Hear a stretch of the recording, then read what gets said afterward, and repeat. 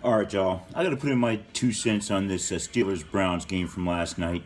Now, let's be frank about this. The Steelers got their asses kicked, all right? The Browns just kicked their asses.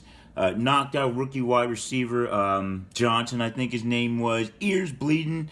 Number one receiver, Juju Smith-Schuster, knocked out of the game with a helmet-to-helmet hit. And then they finish off the game. The quarterback gets pummeled to the ground by the Browns defensive end, Miles Garret. Then he tries to fight back, only to have Garrett rip his helmet off and then smash him in the head with it. So if that's not getting your ass kicked by the other team, not only that you lost the game, I don't know what is. They've really got to think about this for a minute because they took a real ass whipping last night. Now, I don't necessarily blame the Steelers, and I don't blame Pouncey for going ghetto because he went straight ghetto on Garrett. I mean, he went to kicking him, throwing mad punches. I mean, and you get in that situation, somebody's attacking your quarterback. You got to fight back. You got to do something. You just lose it. You go crazy. I don't think Pouncey should be suspended at all.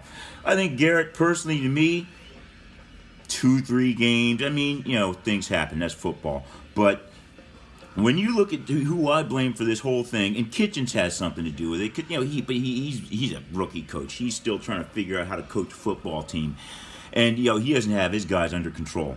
Now, Mike Tomlin, however, he's, the second or third longest tenured coach in the league. He makes the same mistakes over and over and over again, which is they're not playing what you call Steeler football. Okay, the Pittsburgh Steelers are known on running the ball, get 3.5 yards on the ground, punt it, let the defense do their thing. And every now and then they decide to do that, and they do pretty well. And so I thought, hey, they've been winning that way. Roethlisberger's hurt. Why throw the ball all over the place? Here's what happened last night, though. 44 pass attempts for Mason Rudolph in 16 runs. Now, they were averaging 3.6, which is 0.1 more than they actually need to play Steeler football. But yet and still, they only run the ball 16 times. They throw the ball 44 times with Mason Rudolph. 23 of those he completed. 4 interceptions. Now that just shows, why would you keep calling the same stupid plays that aren't working over and over again? You're putting your quarterback at risk. You end up getting his ass kicked. You get 2 of your receivers knocked out of the game. Now granted, yeah, they were playing a little bit dirty there, but hey, it's football. People are going to play dirty. Somebody plays dirty in every play, all right? You don't just put your team at risk, especially when it's not getting you anywhere. They had the ball for 26 minutes compared to Cleveland's 33. Now, some might say, well, they were losing the game. You got to throw the ball to get back in the game. That's the dumbest excuse I've ever heard from every sorry-ass football coach out there that's a loser, all right? You have to move the chains. If you're not moving the chains, you just give the ball back to the other team. That's not how you come back from a deficit. And they're only down by 7 points for most of the game.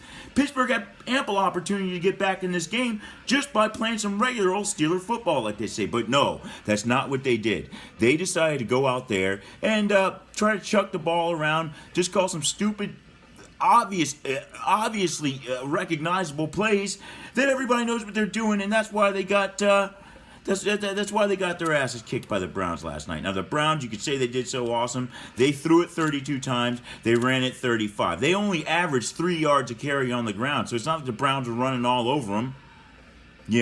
They averaged 6 yards in the air. Rudolph averaged 5 in the air. So it's not like the Browns were destroying them on the other end of the ball. It's the fact that Mike Tomlin, for whatever the reason, no matter who the offensive coordinator is, he doesn't tell them to run the damn football. What is so wrong with that? What's so hard about that? All right, now I'm not a Steeler fan. Hey, you see what this is? Silver and black. Okay, I am not a Steeler fan.